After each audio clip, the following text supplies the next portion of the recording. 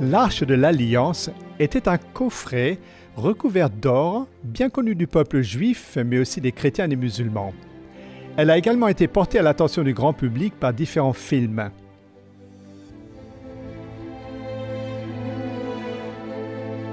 Mais quelle était-elle exactement, cette Arche de l'Alliance? Les textes les plus anciens qui en parlent se trouvent dans la Torah, appelée des Juifs Tanakh, et Ancien Testament par les chrétiens.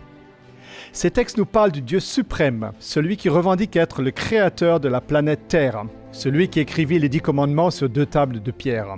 Ces tables qui furent placées dans un coffret recouvert d'or, lequel fut refermé par un couvercle surplombé de 2 chérubins, un à chaque côté du couvercle.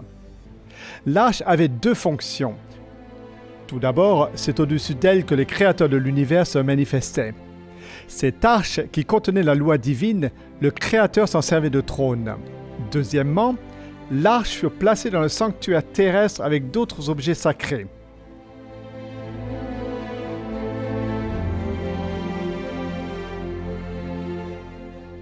Personne n'était autorisé à entrer dans la pièce qui abritait l'arche, sauf une fois par an lorsque le souverain sacrificateur y apportait du sang qu'il versait devant l'arche et sur son couvercle. Cela symbolisait comment les transgressions du peuple commises contre la loi étaient traduites en justice alors que le sang versé devant le trône servait de substitut aux coupables.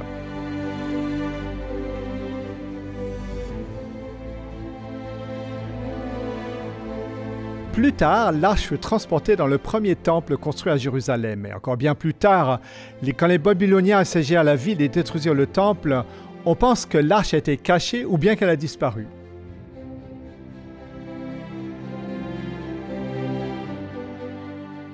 Depuis ce temps-là, de nombreux professeurs, théologiens, historiens et archéologues se sont penchés sur la question « Qu'est-il advenu de l'arche ? Ou a-t-elle vraiment existé ? S'agit-il de faits réels ou d'un mythe ?» À l'époque, personne n'était autorisé à toucher l'arche. À plusieurs reprises, ceux qui ont enfreint cette interdiction ont été frappés de mort. L'arche a également accompagné les Israélites lors de leur guerre. Lorsqu'elle fut capturée par des ennemis, ceux-ci furent frappés par des fléaux, si bien qu'ils ne tardèrent pas à la restituer à ses propriétaires. On lui attribuait un pouvoir magique. Au cours des années, de nombreux aventuriers sont partis à la recherche de l'Arche de l'Alliance ou ont tenté d'en percer le mystère. Beaucoup en ont fait des répliques et plusieurs l'ont prétendu l'avoir découverte. Mais jusqu'à présent, personne n'a apporté de preuves tangibles qui puissent être vérifiées. Mais l'une d'entre elles démarque toutes les autres d'une manière particulière et vous couper le souffle.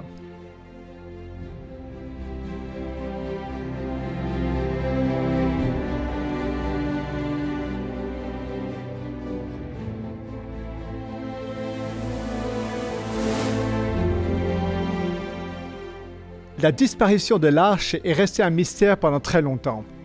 Toutes les sources mentionnant sa cachette ont été décrites bien après sa disparition et sont basées soit sur des oui-dire, soit sur des spéculations. Elle a été mentionnée une dernière fois dans la Bible quand le roi Josias ordonna de la remettre dans le temple. Mais nous savons qu'environ 35 ans plus tard, à l'époque des fils de Josias, les Babyloniens ont conquis Jérusalem. Détail intéressant, le récit ne contient aucune mention de l'arche, alors que d'autres objets qui ont été réquisitionnés y sont mentionnés. Cependant, le livre des Maccabées, qui est apparu beaucoup plus longtemps, des années après la disparition de l'arche, affirme que celle-ci fut cachée dans la montagne de laquelle Moïse avait vu la terre promise avant de mourir.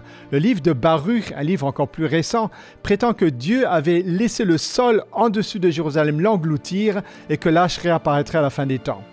Et la littérature médiévale affirme que l'arche fut transportée en Éthiopie et certaines spéculations du XXe siècle mentionnent l'Égypte et même l'Irlande.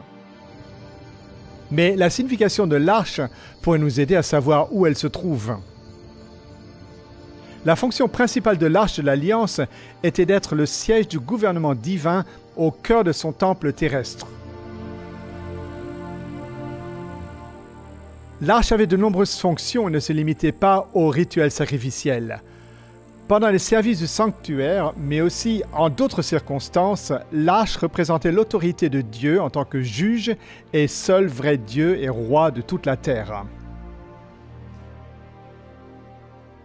Ce droit était écrit dans les 10 commandements placés à l'intérieur de l'arche, une loi qui déclarait que lui seul, Dieu, était le Créateur et que la terre, par conséquence, lui appartenait entièrement.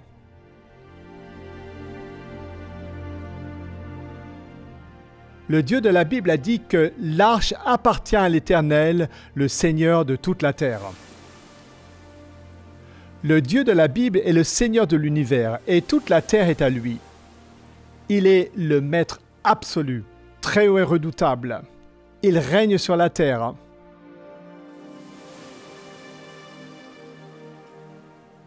Et c'est pourquoi l'arche était placée en première ligne dans la guerre contre la ville de Jéricho, par exemple. Et même si cette ville ne reconnaissait pas l'autorité suprême de Dieu sur terre, l'arche était là pour les juger et les condamner. De même, Nebuchadnezzar, l'empereur de Babylone, n'adorait pas le Dieu d'Israël. Lui et d'autres rois de cette époque furent quand même jugés par Dieu. Les Assyriens, Madianites, Cananéens, Égyptiens, Éthiopiens, Philistins et de nombreuses autres nations qui rejetaient Dieu comme leur Dieu furent elles aussi jugées selon les normes divines. Lorsque le dernier roi de Babylone se moqua de Dieu, il fut condamné par le maître de l'univers au moyen d'une main écrivant le verdict sur le mur devant tout le monde réuni dans la salle. Dieu montre que quelle que soit votre religion ou votre origine ethnique, vous serez jugé selon les lois du Créateur et non selon votre propre entendement ou les normes morales de votre culture spécifique.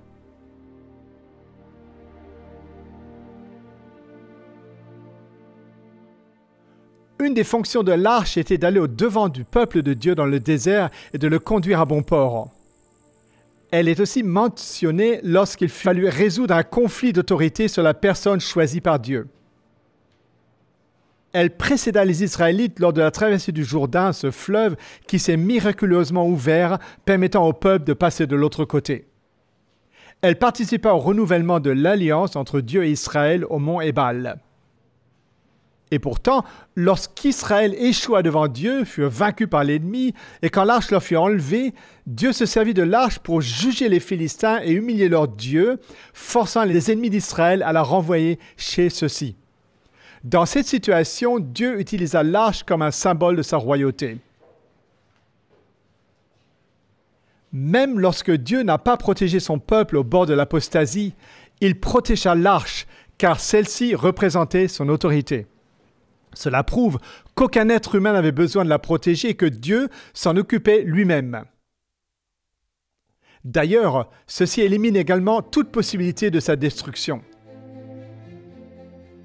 L'arche fut le trône de Dieu sur terre, comme il est écrit dans la Bible, « Ton trône, ô Dieu, est à toujours ».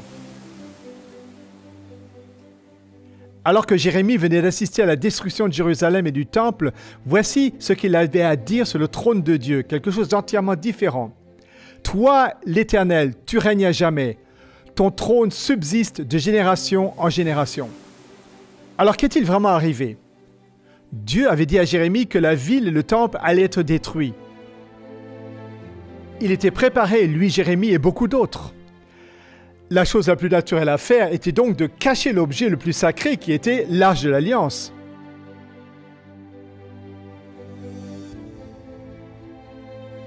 Une parole prophétique sur la fin des temps contenue dans la Bible pourrait peut-être nous donner un indice sur l'endroit où l'arche referait surface.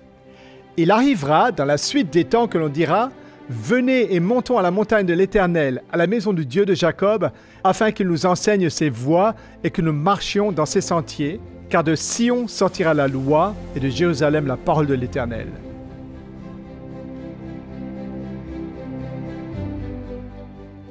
L'archéologie fit ses débuts au XIXe siècle lorsque différents chercheurs partirent au Moyen-Orient à la recherche d'anciens vestiges.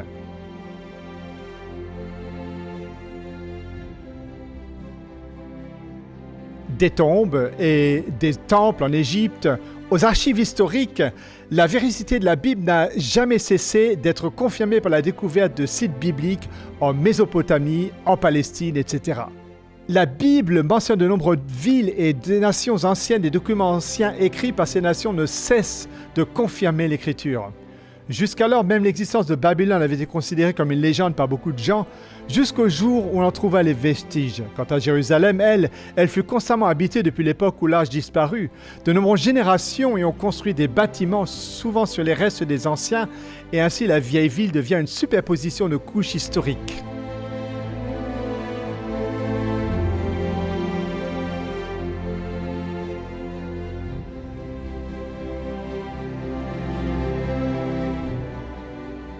En 1854, un missionnaire du nom de James Barclay marchait le long des remparts de Jérusalem lorsqu'il culbuta sur l'entrée d'une grande cavité située sous la vieille ville, pleine de souterrains.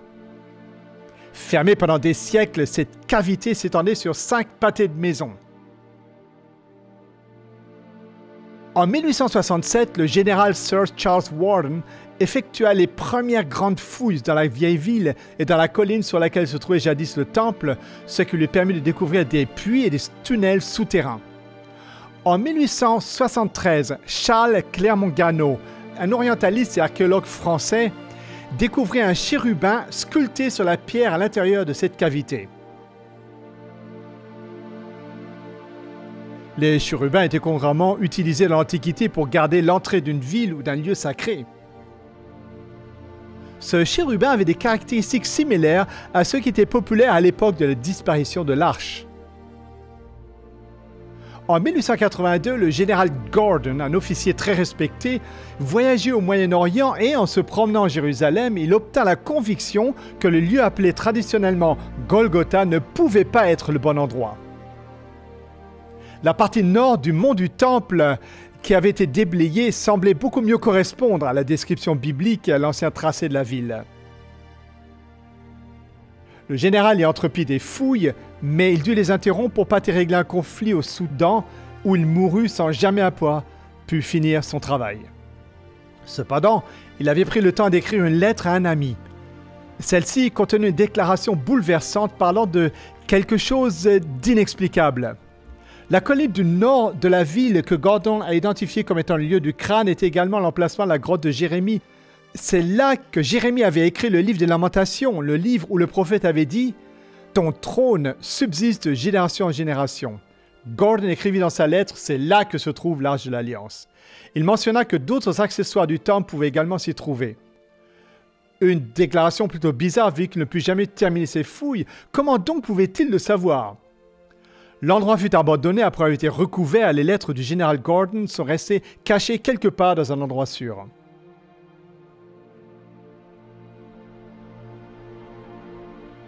Une centaine d'années plus tard, un homme du nom de Ronald ou Ron Wyatt avait commencé à prier Dieu de se servir de lui pour montrer au monde que la Bible était véridique. Ron s'était déjà penché sur l'histoire du déluge et avait enquêté sur d'éventuels restes de l'arche de Noé.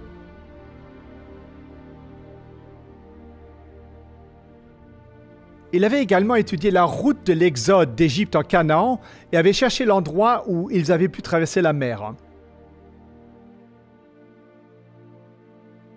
En faisant de la plongée sous-marine, il avait trouvé plusieurs roues de chars de l'Égypte antique.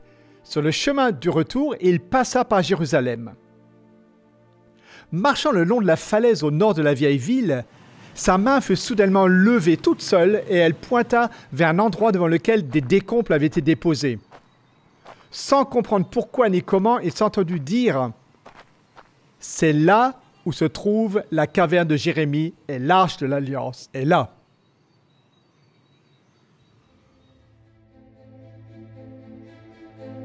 Ron fut bouleversé par ce qu'il venait de lui arriver, car il n'avait jamais vécu une telle expérience auparavant.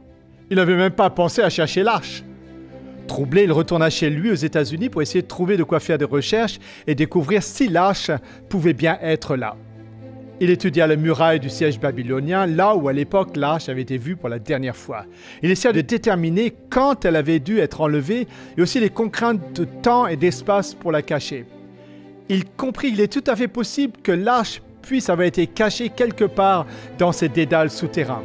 Il était convaincu que Dieu lui-même l'avait inspiré pour la trouver.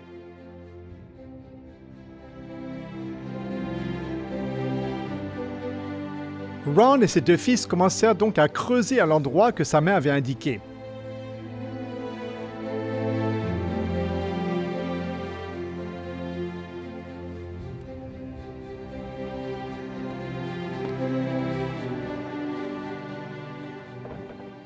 Mais bien vite, ils tombèrent sur un gros rocher qui allait rendre les fouilles difficiles. Donc, au lieu de cela, ils commençaient à creuser quelques mètres vers la droite. À peine avaient-ils commencé à creuser qu'ils découvrirent 3 niches dans la paroi de la falaise. Ron pensa qu'il pouvait s'agir peut-être de niches destinées à accueillir des signes de l'époque romaine. Après tout, Golgotha était proche de la route principale de l'époque du Christ, et c'était donc peut-être bien là que Jésus avait été crucifié. La citation bien connue de Quintilien explique cela. Partout où l'on crucifiait des criminels, on choisissait des routes très fréquentées pour que beaucoup le voient et soient émus par la crainte, car toute punition ne savait pas tant la vengeance, mais plutôt d'effets dissuasifs. Le site de Golgotha où l'église byzantine avait été érigée n'était pas situé près d'une route principale. Mais cet endroit l'était. Se pouvait-il que ces niches aient été utilisées pour y mettre des panneaux qui auraient indiqué aux passants les crimes commis par les inculpés? Ron commença à se dire que ce côté-là de la montagne pouvait avoir été l'endroit où les gens étaient crucifiés. Il continue à creuser vers le bas, mais le sol en dessous était très meuble, et c'est pourquoi Ron et ses 2 fils firent demi-tour vers leur point de départ en espérant pouvoir creuser autour du gros rocher. Cette fois-ci, ils s'aperçurent qu'ils pouvaient creuser entre la falaise et le rocher et que la falaise formait comme un toit. En creusant vers le bas, il trouva rapidement ce qui semblait être un appel de corde ciselé dans la falaise.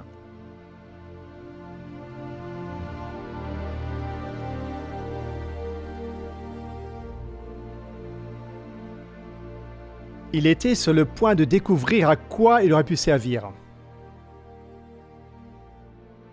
À 11 mètres et demi sous la terre, les 3 se retrouvèrent dans ce qui semblait être une citerne.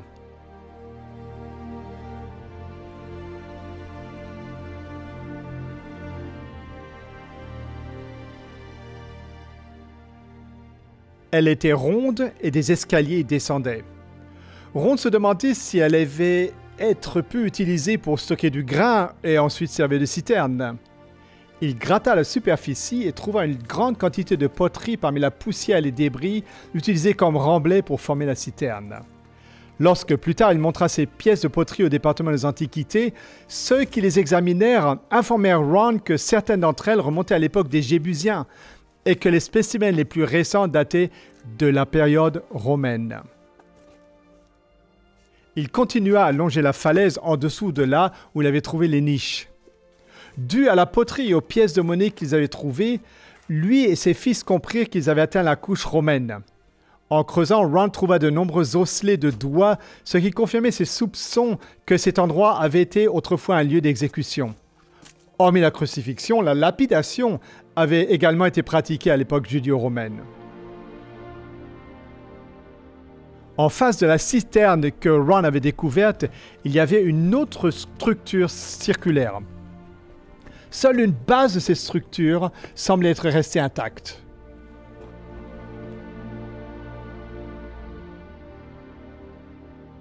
Alors qu'il examinait les lieux, Ron remarqua une partie de la caverne avec un mur et une pierre se dressant horizontalement à l'extérieur du mur en face de la falaise.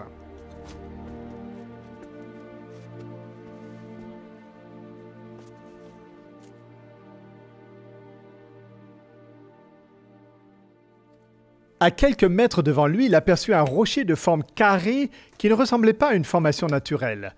Il le souleva avec précaution et trouva en dessous une ouverture dans le socle du rocher. Est-ce que cela pouvait être un souterrain transversal? En examinant cette ouverture et en déblayant la terre autour d'elle, il découvrit une grande fissure. Il semblait que cette forme carrée avait été creusée dans une forme de plateforme dans l'avant-partie du soubassement rocher. Un peu plus tard, alors que Ron découvrait plusieurs autres souterrains, il n'arrivait pas à se dégager de l'idée que le creux sur la plateforme avec la fissure pouvait être sous le trou dans lequel la croix du Christ avait été plantée. Il savait que la Bible mentionnait un tremblement de terre qui secoua la colline au moment où le Christ mourut.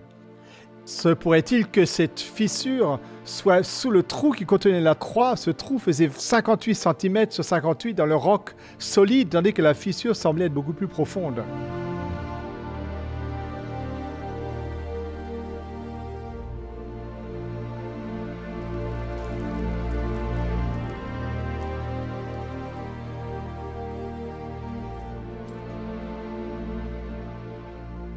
Il n'est pas exclu que de nombreux chrétiens qui savaient où le Christ avait été crucifié voulurent faire de ce site un lieu de pèlerinage. Le lieu que l'Église catholique et les Églises orthodoxes considèrent comme étant Golgotha a été construit sur ordre de l'empereur Constantin vers 325-326 sur les restes d'un ancien temple païen, donc bien longtemps après la crucifixion du Christ.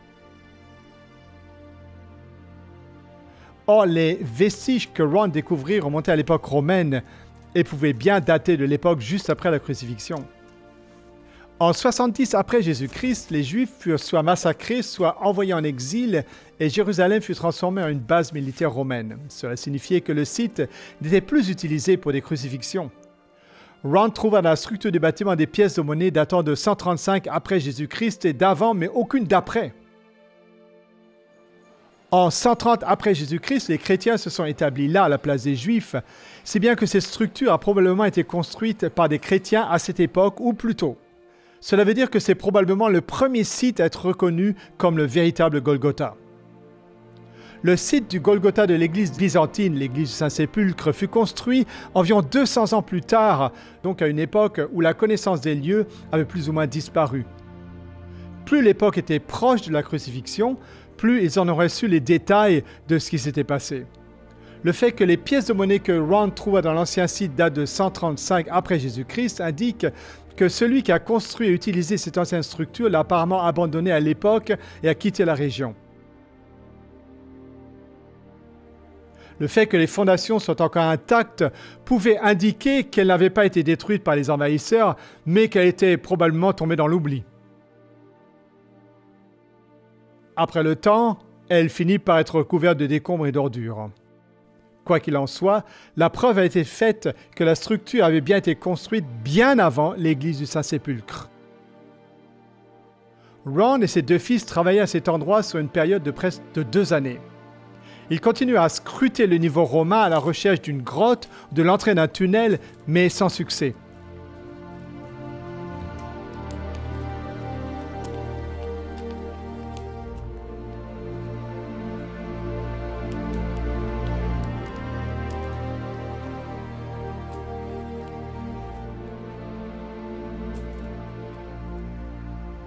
Ron avait l'impression qu'il lui faudrait percer une fissure dans la paroi de la falaise.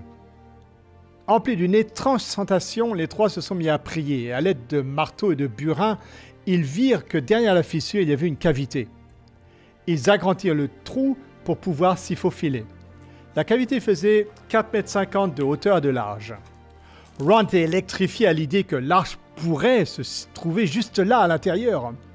Mais la cave était vide et conduisait à une quantité innombrable de puits et de souterrains à l'intérieur de la montagne.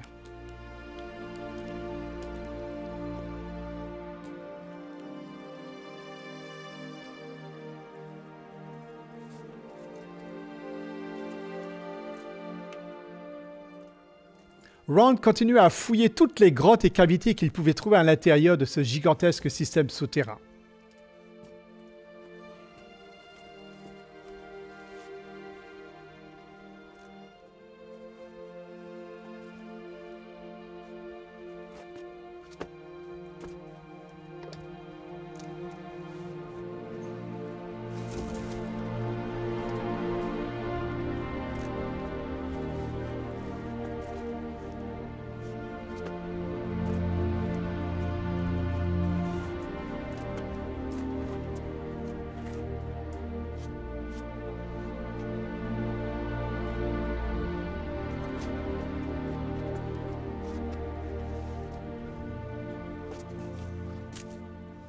Pendant 2 années, les trois firent l'aller-retour entre les États-Unis et Jérusalem pour récolter les fonds nécessaires à la continuation.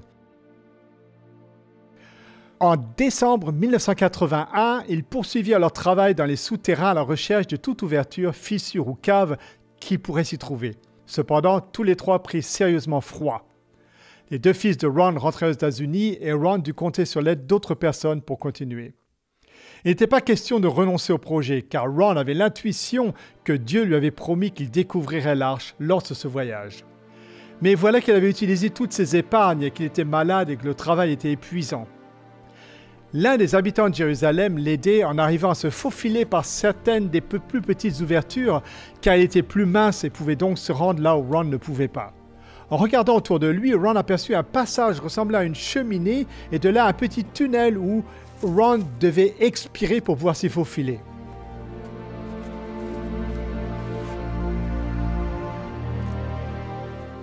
C'est alors qu'il remarqua une stalactite d'environ 4 mètres de long au pied de la falaise.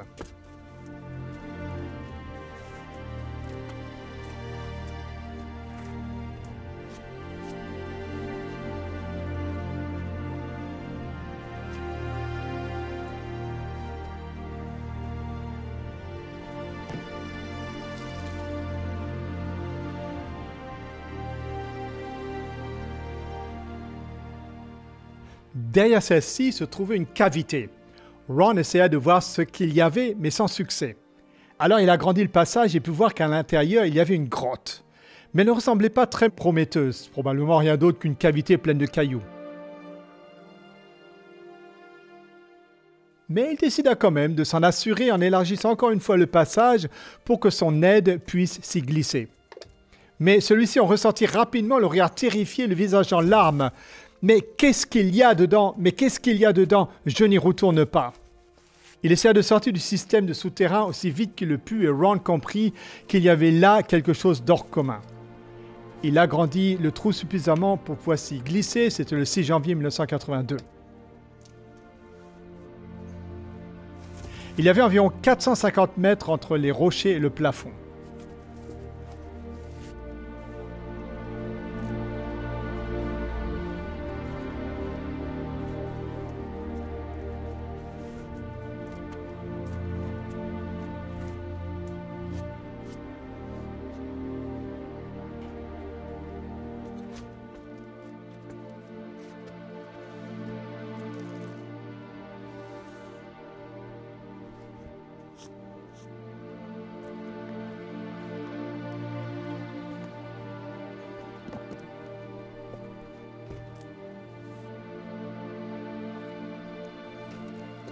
Ron se mit à scruter les rochers à la lumière de sa torche pour voir ce qui s'y trouvait en dessous. Effectivement, il vit des morceaux de bois secs en putréfaction et en dessous des peaux d'animaux séchés qui tombaient en poussière lorsqu'il les toucha. Il vit alors quelque chose qui reflétait la lumière, quelque chose de brillant et de doré. Tout d'abord, il se dit que cela pouvait être l'Arche de l'Alliance, mais en enlevant la peau des animaux, il vit une table en or avec une moulure en relief sur le côté qui consistait en un motif alternatif de cloches et de grenades. Ron était convaincu que cela provenait du premier temple ou du mobilier du tabernacle, qu'il pouvait même s'agir de la table originale des pains de proposition. Il commença alors à examiner la chambre de plus près, regardant partout autour de lui. À la lumière de sa lampe, il aperçut une fissure dans le plafond. En grimpant près des rochers à l'arrière de la cavité, il vit juste en dessous de la fissure un caisson fait de pierre.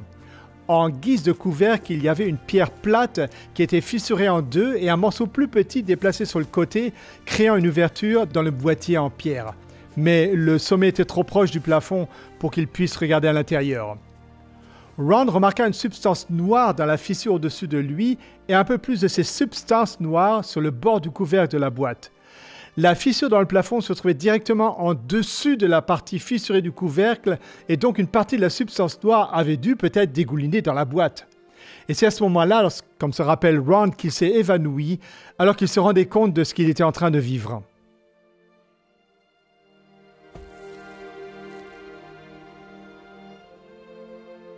En revenant à lui, une autre idée lui traversa l'esprit. La fissure du plafond devait être la continuation de la fissure qu'il avait vue dans le trou transversal de la plateforme à l'extérieur, et la substance noire était du sang qui était tombé à travers la fissure dans le caisson en pierre. Ron était sûr que l'arche se trouvait à l'intérieur du caisson de pierre. Mais ce qui le bouleversa le plus fut la prise de conscience que le sang du Christ était véritablement descendu de la croix jusqu'au propitiatoire de l'Arche de l'Alliance.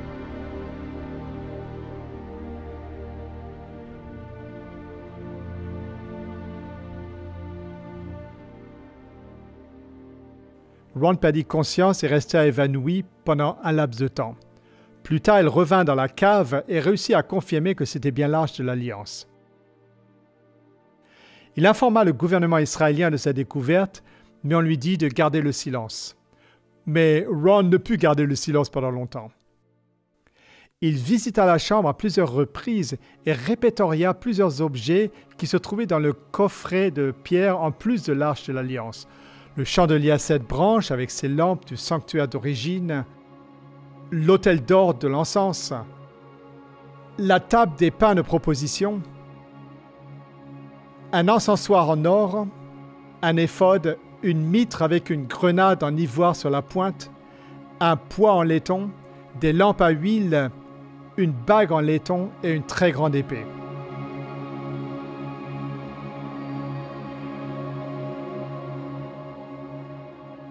À l'arrière de l'arche se trouvait un petit compartiment ouvert contenant le livre de la loi, vraisemblablement celui que Moïse lui-même avait écrit.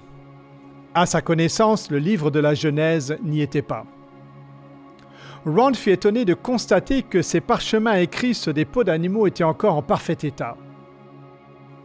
Il en conclut que l'arche avait dû être amenée dans cette chambre d'une manière ou d'une autre. Elle ne pouvait pas y avoir été transportée par le même chemin que lui avait pris, vu qu'il avait dû se frayer un chemin en taillant le rocher. En enlevant certaines des pierres, il trouva une entrée beaucoup plus grande allant vers le sud dans la direction de la grotte de Sédécias, de l'autre côté de la route où les chérubins avaient été trouvés. Ce tunnel était cependant bloqué par des éboulis et Ron n'avait aucun moyen de les extraire du tunnel par lequel il était entré. Ron trouva un laboratoire en Israël prêt à analyser les restes de sang qu'il avait récoltés dans la fissure et sur le propitiatoire de l'arche, et le résultat le bouleversa au-delà de tout. Tout d'abord, pour cette analyse, j'ai voulu amener le sang dans un laboratoire en Israël. J'ai demandé à l'un de ceux avec qui je travaillais dans le département des antiquités où se trouvait un bon laboratoire pour faire un travail fiable. Et ils m'ont dit, va à tel et tel laboratoire. J'y suis allé et j'ai dit, s'il vous plaît, examinez ce sang et dites-moi ce que vous pouvez m'en dire. Ils ont dit, bon, on va le reconstituer. Nous allons le mettre dans une solution saline et le maintenir à la température du corps pendant 72 heures en remuant doucement.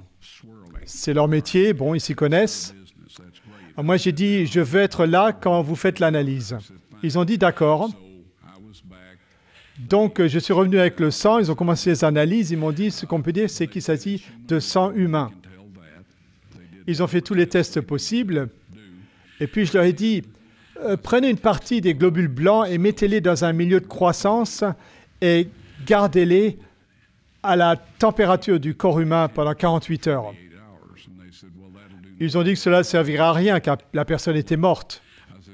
Je leur ai dit de faire ça pour moi. Et ils ont dit d'accord, nous allons le faire. Bref, j'ai insisté à être là pendant l'examen. J'y étais quand ils ont sorti le sang pour l'examiner au microscope. Et c'est alors qu'un technicien en a appelé un autre, puis il a appelé le patron. Ils discutèrent en hébreu pendant un moment, m'ont regardé et m'ont dit « Monsieur Wyatt, ce sang humain ne contient que 24 chromosomes. Le sang normal en a 46, c'est-à-dire 23 de la mère et 23 du père. 22 autosomes de la mère et 22 autosomes du père. Vous obtenez un X de votre mère et de votre père, vous obtenez soit un X, soit un Y. Mais ce sang n'a que 23 chromosomes du côté maternel et un seul chromosome Y. Vous savez, aucun enfant n'a jamais pu se développer avec seulement les chromosomes de sa mère. Or, ici, toutes ces caractéristiques physiques ont été déterminées par les autosomes du côté de la famille de sa mère. Sa masculinité est déterminée par ce Y qui provenait d'une source, mais pas d'un mâle humain. Ensuite, ils ont dit, et en plus, ce sang est vivant. Alors ils ont dit, il est de qui ce sang?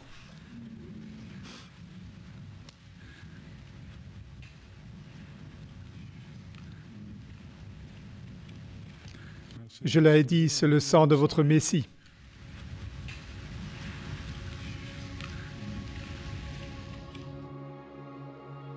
Lorsque les gouttes de sang tombèrent sur le propitiatoire, la preuve a été faite que c'était pour le péché contre cette même loi que le Christ était mort. Nous transgressions des commandements divins, pas des lois humaines ou des règles religieuses. Et ce sont ces lois que nous avons enfreintes. Et c'est pour cela que nous devons nous repentir. Et voilà que Dieu a vraiment envoyé son Fils pour mourir à notre place. Ron voulait montrer tout cela au monde entier tout de suite, mais Dieu l'en empêcha.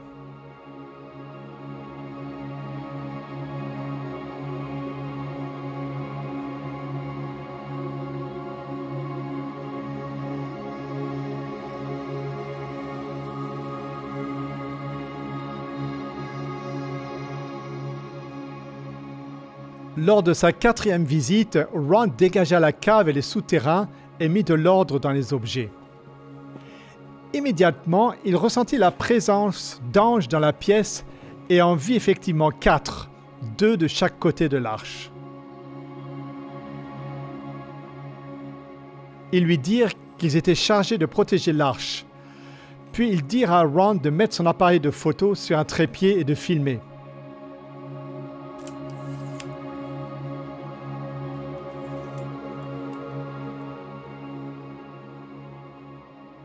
Ils soulevèrent le propitiatoire et l'aidèrent à en retirer les 10 commandements gravés sur les 2 tables de pierre.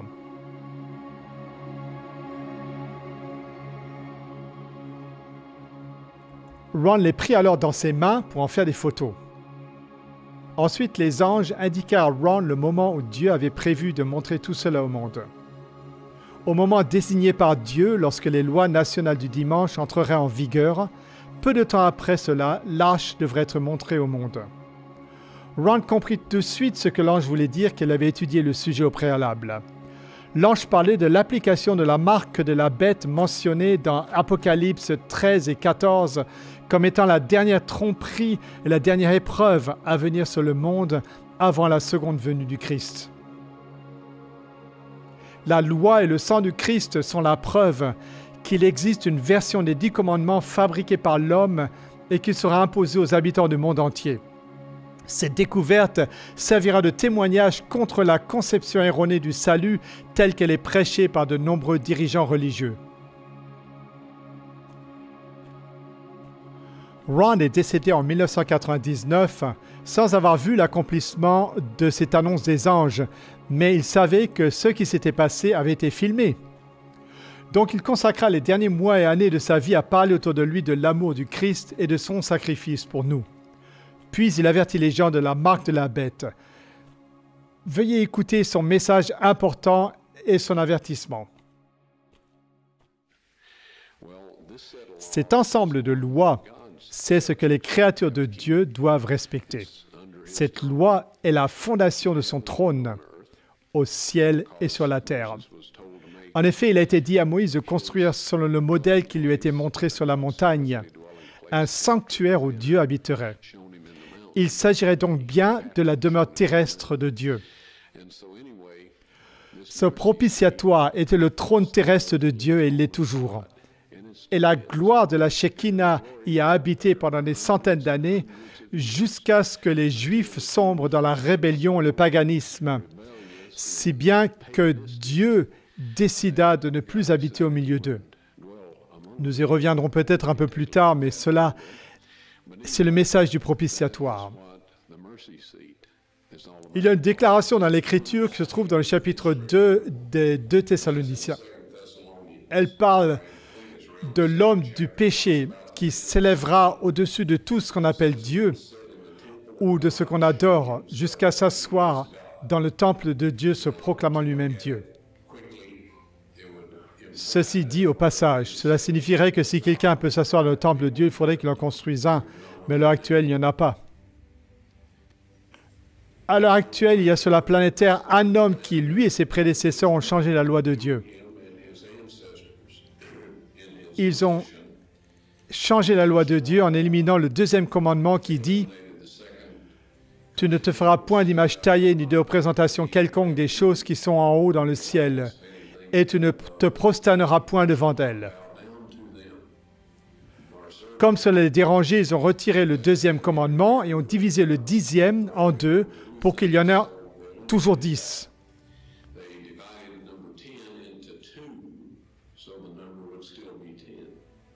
Oui, les tables de pierre ont été trouvées dans l'Arche de l'Alliance. Je les ai personnellement soulevées avec l'aide de 4 anges qui ont soulevé le propitiatoire qui, selon mon estimation, devait peser environ 450 kilos d'or pur.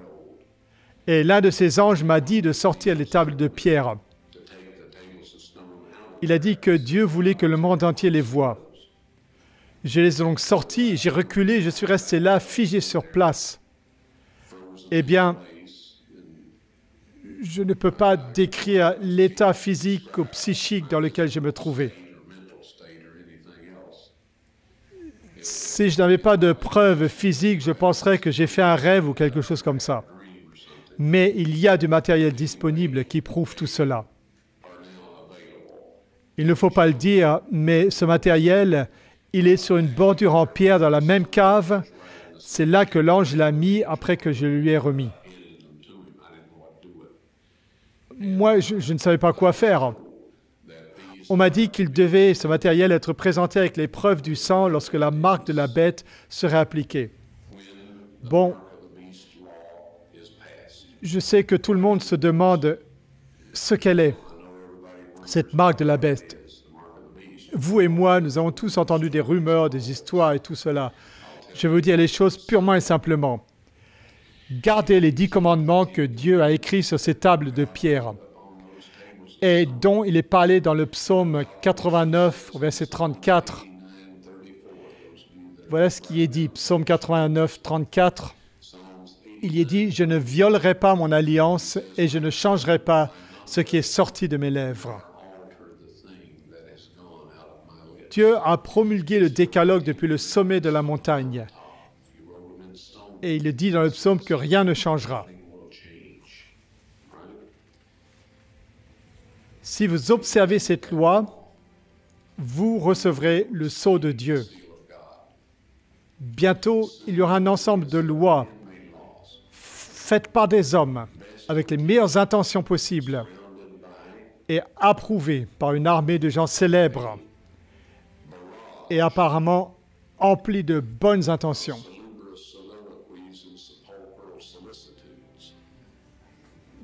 Tout ça, ce sont des histoires à l'instigation du diable pour vous faire croire que c'est la meilleure chose qui soit arrivée à la race humaine.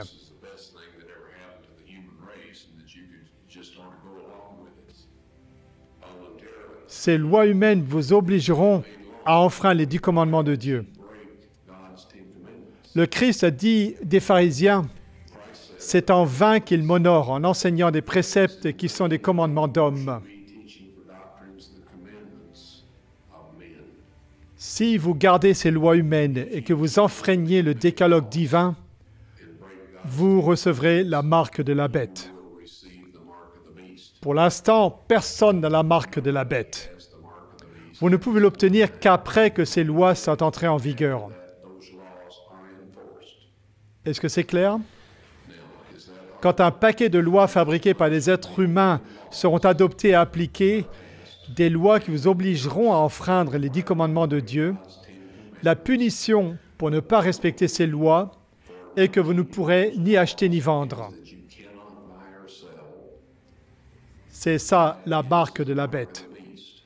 Mes amis, nous voulons vous dire, ou bien vous gardez la loi divine et vous recevez le sceau de Dieu, ou bien vous gardez les lois que l'homme a faites et qui vous obligent à enfreindre la loi de Dieu, et vous recevrez la marque de la bête. Cela peut paraître un peu simpliste. Je sais qu'il y a des gens qui parlent de toutes sortes d'histoires, disant par exemple qu'il s'agit d'une puce informatique. Mais il s'agit de respecter les lois de l'homme au lieu des lois de Dieu. C'est ça, la marque de la bête. Comme le Christ l'a dit à ses disciples en parlant des dirigeants juifs de son époque, c'est en vain qu'ils m'adorent en enseignant les doctrines et les commandements des hommes. Dieu n'a pas accepté l'offrande des fruits et des légumes de Caïn et il n'acceptera aucun substitut à notre loyauté envers lui, qui consiste en gardant ses 10 commandements. Et il viendra un temps où, si vous faites cela, vous ne pourrez ni acheter ni vendre. Il est dit dans le psaume 89, 34, « Je ne violerai pas mon alliance et je ne changerai pas ce qui est sorti de mes lèvres. » Et ça, ce sont les 10 commandements. Ça, c'est l'alliance de Dieu envers nous. Dieu ne changera jamais ce qu'il a prononcé du haut de la montagne, ce qui nous a été préservé dans Exode au chapitre 20. Moi-même, j'ai vu les tables de pierre et j'ai lu ce qu'elles contenaient. C'était exactement la même chose que ce que dit le texte original en hébreu dans le livre de l'Exode. Mot pour mot. D'accord? Et cela ne changera pas. La Bible nous avertit que Satan viendra avec des miracles et des prodiges mensongers. Comment pouvons-nous dire quels sont les miracles de Satan? Lui, c'est un être surnaturel et tous les anges déchus sont des êtres surnaturels. Ils peuvent donc faire des choses miraculeuses, en tout cas de notre point de vue. Comment pouvons-nous dire ce qui est de Dieu et ce qui ne l'est pas? Si l'on dit que l'observation des commandements de Dieu est une nécessité absolue, alors les enfreindre, c'est péché. Si on présente d'autres commandements en prétendant qu'ils viennent de Dieu ou qu'ils disent autre chose que cela, ils ne sont pas de Dieu. Et nous ne devons pas à leur prêter attention, quel que soit le genre de miracle qu'ils accomplissent. Les tables de pierre seront exposées après l'application de la loi du dimanche, la loi nationale sur le dimanche. Ce sont les paroles exactes de l'ange, si ma mémoire est bonne.